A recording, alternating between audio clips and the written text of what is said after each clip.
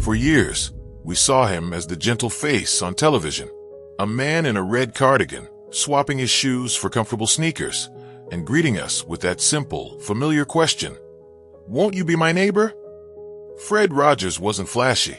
His show didn't have bright colors, loud music, or cartoon chaos. It was quiet, calm, and for millions of children, it became a safe space, the one place where they felt seen, heard, and valued. But behind that calm voice and soft smile was a much deeper story, a story the world didn't always see. Because Fred Rogers, known to many simply as Mr. Rogers, was not flawless. He was not superhuman. He was real, a person with doubts, fears, and struggles of his own. Most of us only saw the calm side, the patient teacher, the man who showed kids how to handle big feelings like sadness, fear, and anger. But staying that steady, it wasn't easy. It wasn't automatic. It was a choice Fred made every single day. To understand why that choice mattered so much, you need to look beyond the television screen. Behind the scenes, Fred Rogers carried the same pressures and insecurities we all face. But he never let those feelings stop him from building something special.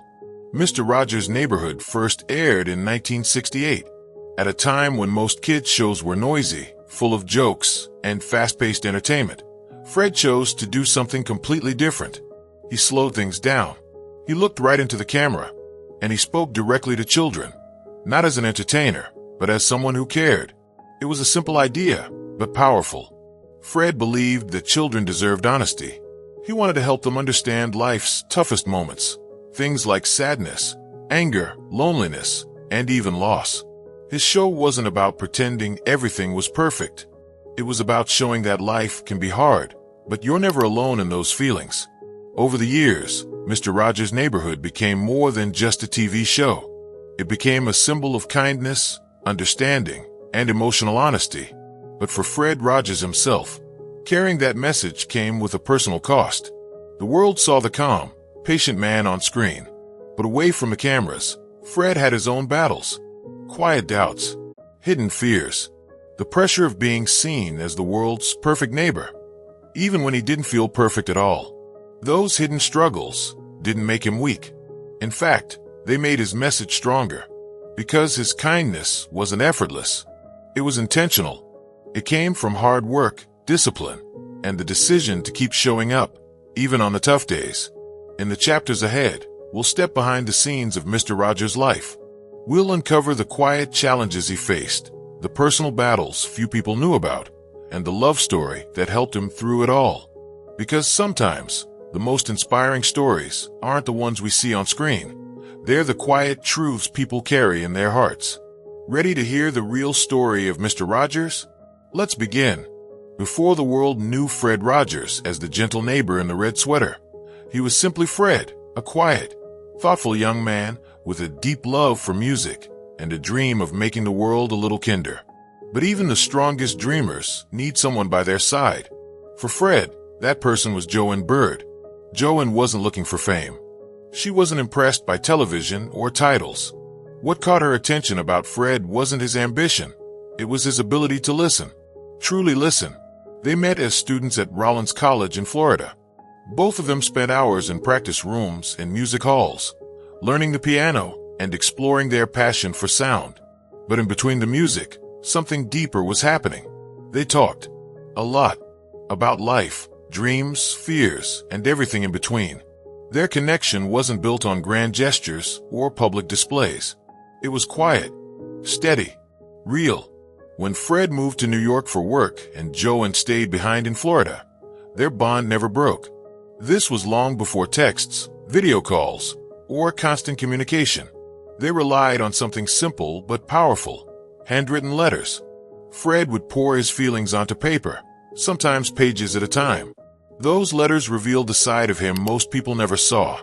His humor, his doubts, his deep love for Joanne. Over time, those letters carried more than words. They carried a promise.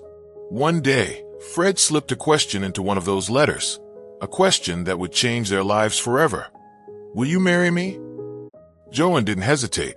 She said yes so quickly that she almost lost the letter on her way to call him. Their marriage wasn't some perfect fairy tale romance. It was real, full of love, but also full of challenges, sacrifices, and learning how to grow together. They built a life based on music, honesty, and the understanding that kindness takes work. While the world saw Fred as the symbol of patience and calm, Joanne knew the full picture. She saw the man behind the scenes, the one who struggled, doubted, and sometimes needed reminding of his own worth. Joanne often described Fred as far from perfect. Fred was no saint, she once said. His kindness wasn't magic. It wasn't always easy. It was a choice he made, one that sometimes came with exhaustion, frustration, and self-doubt. But together, they faced those challenges. Joanne's humor, honesty, and strength kept Fred grounded when the weight of his public role became too much. She knew his flaws. She loved him anyway. Their love story wasn't about fame. It wasn't about creating the perfect image.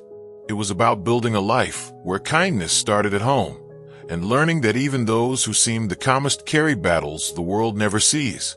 And as we'll soon discover, Fred's biggest battles were still ahead. But with Joanne by his side, he was never alone.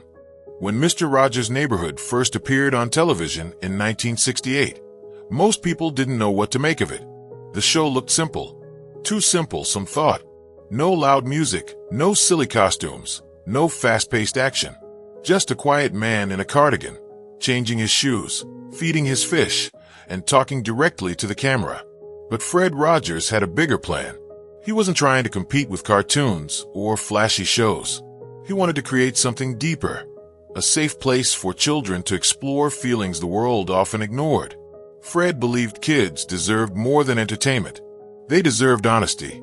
They deserved to be heard. And so, Mr. Rogers' Neighborhood became the first of its kind, a show that wasn't afraid to talk about real emotions. He spoke about fear, anger, sadness, and even grief. While other programs focused on teaching numbers and letters, Fred wanted to help children understand their feelings. For many kids, those 30 minutes with Mr. Rogers were the safest part of the day. His calm voice, steady words, and warm smile created a space where they could feel seen, understood, and loved. The neighborhood wasn't just a TV set. It was a symbol of hope. The puppets in the neighborhood of make-believe weren't just characters. They reflected real struggles kids face every day. Whether it was feeling left out, being afraid of change, or dealing with loss, Fred made sure no child felt alone. And he didn't shy away from tough topics. Over the years, the show gently addressed divorce, disability, death, and even race, long before most programs dared to touch those subjects. Fred's approach wasn't flashy, but it was powerful. He built the show with intention, choosing simplicity over spectacle. And despite critics saying it was too slow or too quiet, children connected with it because they could feel the difference. Behind the scenes, Fred worked tirelessly. Each word, each gesture, every detail of the show was carefully planned. His kindness wasn't by accident. It was the result of hard work and discipline. But being the calm, steady presence for millions wasn't easy. The cameras captured his soft smile, but they didn't show the energy it took to be that consistent. Fred carried the responsibility of being a safe space for children everywhere, and it weighed on him. He knew that behind every television screen was a child who might be scared, lonely, or confused, and he took that responsibility seriously. But while the world saw the gentle neighbor, only a few people knew the full story. Fred Rogers wasn't just building a neighborhood on screen. He was carrying his own private struggles, hidden beneath the kindness the world relied on. And as we'll see, even the man who made the world feel safe couldn't escape life's hardest moments himself. Millions saw Fred Rogers as a symbol of peace and kindness. His calm voice, gentle words, and caring presence made him seem untouchable, like he had everything figured out. But behind that warm smile was a man quietly battling the same struggles many of us face. Fred wasn't born calm. He wasn't naturally fearless. His kindness, patience, and steady voice, those were daily choices he worked at, even when life made them difficult. One of Fred's biggest personal challenges was the pressure to live up to the image the world created for him. Children saw him as their safe space, their guide through life's hardest feelings. Parents admired him as a role model. The public called him America's favorite neighbor. But carrying that title wasn't easy. At home, the cracks sometimes showed. Joanne, his wife, often described how people assumed Fred was always calm, even in private. But the truth was different. Raising their two sons, Fred sometimes struggled with being the disciplinarian. On television, being gentle came naturally. But parenting behind closed doors? That tested him. Joanne often took the lead in setting rules and boundaries, while Fred worked through his own doubts and discomfort. And then there were the routines. Many people didn't realize how much Fred depended on structure to stay grounded. He clung to habits like lifelines. Every morning, he swam. Every day, he weighed himself, determined to stay at exactly 143 pounds. His quiet, personal code for I love you. 1 letter for I. For 4, love. 3, for you. It wasn't about appearance. It wasn't vanity. It was a small, daily reminder to live with love, to stay connected to what mattered most. But even with these rituals, the weight of his role often left Fred exhausted. Behind his public kindness, he carried quiet fears. Fears of not doing enough, of failing the children who looked up to him, of not living up to the message he shared. And Fred wasn't immune to frustration or anger. Friends and family admitted he could lose his patience in private. He wasn't perfect, but what made him different was how he handled those moments. Instead of hiding his emotions or letting them control him, Fred used those feelings to fuel his work. Every frustration, every moment of self-doubt, he turned into lessons.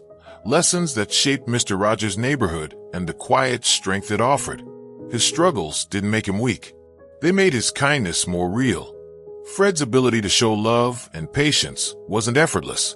It was built from discipline, faith, and the choice to believe in goodness, even when life felt overwhelming. And soon, Fred would face the hardest test of all, one that would reveal the depth of his quiet courage and the personal battles that even the world's kindest neighbor couldn't escape. For decades, Fred Rogers made the world feel safe. Through every episode of Mr. Rogers' Neighborhood, he taught children how to face fear, sadness, and uncertainty. But what happens when the person who comforts millions has to face those same fears himself? Fred's biggest battle didn't happen on camera. It happened quietly, behind closed doors, with only his closest loved ones watching. It started small, just some discomfort, a little pain in his stomach. Easy to ignore when you're busy caring for the world. But the pain didn't go away. It got worse. When Fred and Joanne finally sought answers, the diagnosis was devastating. Stomach cancer. And it wasn't caught early. For a man who had built his life on helping others through hard times, facing his own illness brought new challenges, physically, emotionally, and spiritually. Joanne later shared how hard those months were. Fred, known for his calm and strength, now had to navigate doctor visits, painful treatments, and the slow decline of his body. Even simple tasks became difficult. The man who once swam every morning, kept his routines, and stayed at exactly 143 pounds, was suddenly fighting for his life. But even as his strength faded, Fred didn't stop showing up for others. Just weeks before his death, weak and exhausted, he agreed to serve as Grand Marshal for the Rose Parade. It was his final public appearance, a quiet act of courage and commitment. At home, music remained his refuge. The same piano he had shared with Joanne for years became a source of comfort. On the hardest days, when words failed him, the familiar keys spoke for him. On February 27, 2003, Fred Rogers passed away, surrounded by family in their Pittsburgh home. He died just one day after his grandson's birthday, a reminder that life's joys and sorrows often sit side by side. For a long time, Joanne stayed silent about those final months. She wanted to protect his legacy, to keep the focus on the kindness he shared, not the pain he endured. But eventually, she opened up, not to damage Fred's image, but to remind people that even the gentlest souls face hard battles. That Fred's kindness was real, not because he was perfect, but because he chose love in the face of struggle. Fred wasn't untouchable. He wasn't immune to fear or pain. He was human, vulnerable, sometimes overwhelmed, but always committed to showing up with love. His illness revealed the depth of that commitment, and even as his body weakened, his message stayed strong. You matter. You are loved. You are never alone. But Fred's story didn't end with his passing, because the person who knew him best, Joanne, wasn't about to let his mission fade away. When Fred Rogers passed away in 2003, many assumed his story had ended. His gentle voice was gone. His familiar presence on television had faded. But the world was wrong to think his message would stop there, because behind Fred's steady kindness was someone just as strong, his wife, Joanne Rogers. And after his death, Joanne quietly stepped forward, determined to keep his legacy alive. Joanne wasn't interested in fame. She didn't need the spotlight, but she understood how important Fred's work was, and she wasn't going to let it be forgotten. As chair emerita of Fred Rogers Productions, Joanne became the heart of the mission Fred had started. She knew that Mr. Rogers' Neighborhood was never just a show. It was a lifeline for millions of children, a place that taught kindness, emotions, and understanding. Joanne didn't try to replace Fred. She didn't pretend to be him. Instead, she used her own strengths, her humor, her music, and her honesty to carry the message forward. She spoke at events, appeared on television, and worked with organizations to make sure Fred's lessons continued to reach new generations. Whether it was through reruns of Mr. Rogers' Neighborhood, new projects like Daniel Tiger's Neighborhood, or community programs teaching emotional health, Joanne made sure the world didn't forget what Fred stood for. In 2019, she even made a quiet but powerful appearance in A Beautiful Day in the Neighborhood, the movie inspired by Fred's life. For many, seeing her, there was a reminder that the legacy wasn't frozen in time. It was still growing. Joanne often reminded people that Fred wasn't a saint. He wasn't perfect. He struggled. He had doubts. And that's exactly what made his kindness so inspiring. Behind every quiet moment on screen, behind every gentle word, was a man working through his own fears. And beside him, a woman who knew the truth and loved him fully. Their relationship wasn't picture perfect. It was real, full of ups and downs, music and hard conversations, laughter and struggle. And it was that honesty that allowed Fred's message to stay grounded. Even after Fred was gone, Joanne's dedication never wavered. She fought to preserve his work, not as a flawless fairy tale, but as a human story, proof that true kindness is a choice, not a talent. Joanne passed away in 2021, surrounded by family, in the home she and Fred shared in Pittsburgh. But her work, like Fred's, continues to ripple through schools, families, and communities today. Thanks to Joanne, Fred's quiet message of love and understanding didn't disappear. It lives on, in every child who feels seen, every neighbor who chooses kindness, and every small act of care that reminds us, being human is enough. And sometimes, even the smallest choices carry the biggest meaning, as Fred's secret number shows us next. Fred Rogers believed love wasn't something you simply talked about. It was something you lived, every single day. For him, even the smallest routines carried meaning. And perhaps the most surprising example of that was his quiet obsession with one specific number, 143. To most people, 143 looks like just another number. But to Fred, it meant everything. It was his private code, his daily reminder, his quiet way of saying 3 simple words, I love you. 1 letter for I. 4 letters for love. 3 letters for you. That's why Fred worked hard to keep his weight at exactly 143 pounds for most of his adult life. It wasn't about looks. It wasn't about vanity. It was a ritual, a constant, physical reminder of his purpose. Every morning, Fred followed a strict routine. He swam laps at the pool, stayed active, and paid close attention to his health. People often joked about how consistent he was, but few realized how deeply personal that discipline really was. Fred's routines weren't just habits, they were his foundation. The world saw his calm, steady presence and assumed it came naturally. But behind the scenes, Fred worked at it. He structured his life to stay grounded, so he could continue being a source of peace for millions. The number 143 was more than just a quirky detail. It was a symbol of Fred's greatest belief, that love is shown through small, intentional actions. You don't need grand gestures. You don't need fame or applause. Love can live quietly in the background of your life, steady, meaningful, and real. Even after Fred's passing, that number lived on. In 2019, Pennsylvania, the state Fred called home, made it official. They declared the 143rd day of the year, May 23rd, as 143 Day. The idea is simple. It's a day to be kind, to help others, to be a good neighbor, just like Fred taught. It's not about awards or attention. It's about small choices that add up to something powerful.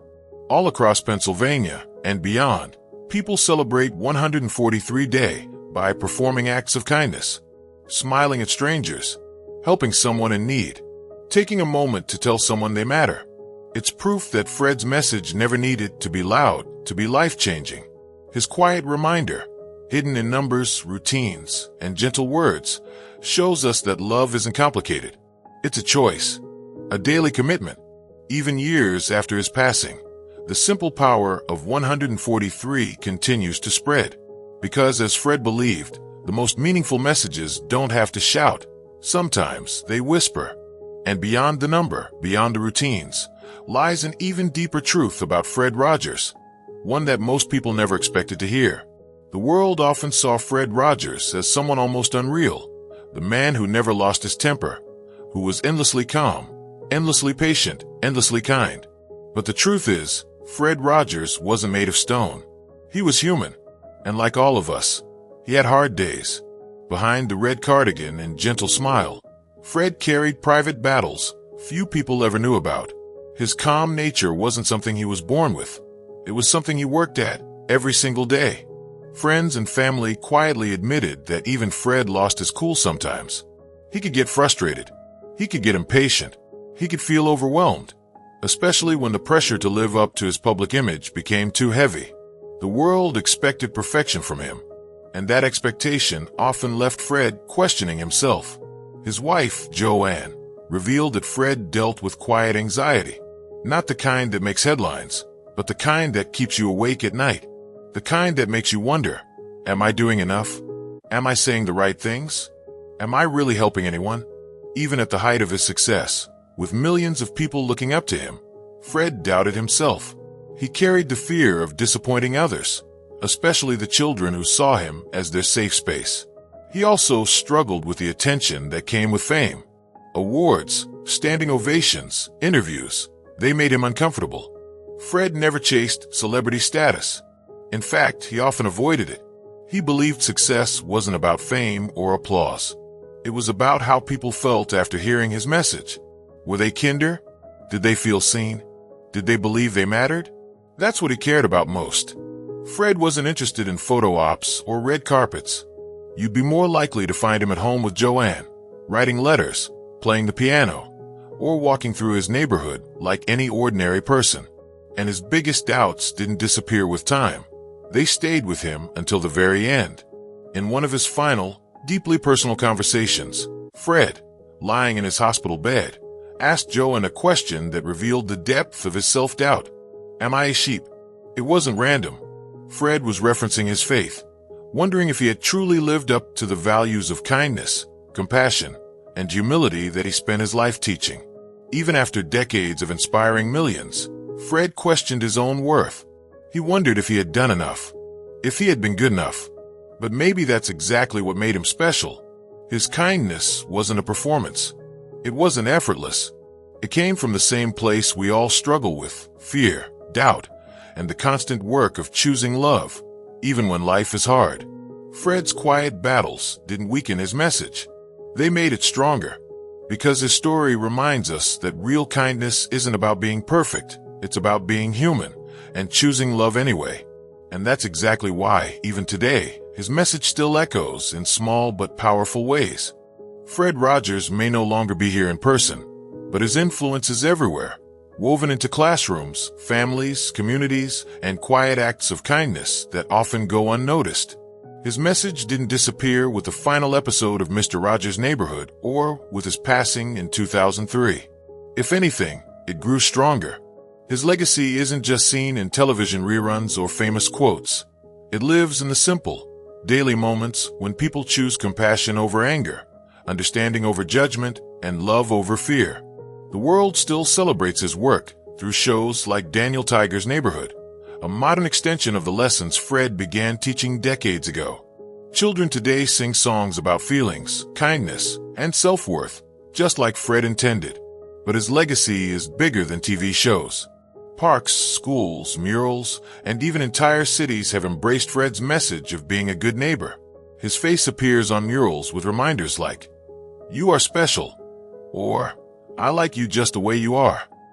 Those words, simple yet powerful, continue to touch hearts.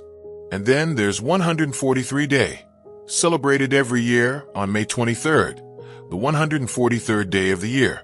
People across Pennsylvania and beyond use that day to show small acts of kindness, all inspired by Fred's hidden message, "I love you." But what makes his legacy truly special isn't fame, awards, or public recognition. It's the quiet impact he made on people, the way his steady presence helped children feel safe, the way his honest conversations taught generations that feelings aren't weaknesses, and the way his own imperfections made his kindness real. Fred never wanted to be worshipped. He didn't care for celebrity status. Even when documentaries, movies, and interviews celebrated his life, Fred remained humble, always redirecting the attention back to the importance of love, kindness, and human connection. He believed strength didn't have to look loud or aggressive. True strength could be gentle. It could be patient. It could be quiet. And maybe that's why his story still matters so much today. In a world full of noise, Fred's life is proof that the quietest people often carry the most powerful messages. His story isn't about perfection. It's about choosing love despite doubts, being patient even when frustrated, and offering kindness. Not because life is easy, but because people need it. Joanne's honesty about Fred's struggles didn't weaken his image. It made his story more inspiring. It showed the world that real kindness isn't born from flawless people, but from those who struggle, hurt, question themselves, and choose to love anyway. Fred Rogers wasn't perfect. He was human. And that humanity, with all its doubts, fears, and quiet courage, is what makes his message worth remembering every single day. His voice may be gone, but his lessons live on whispered in every act of love, in every moment of understanding, in every small, quiet choice to be a good neighbor.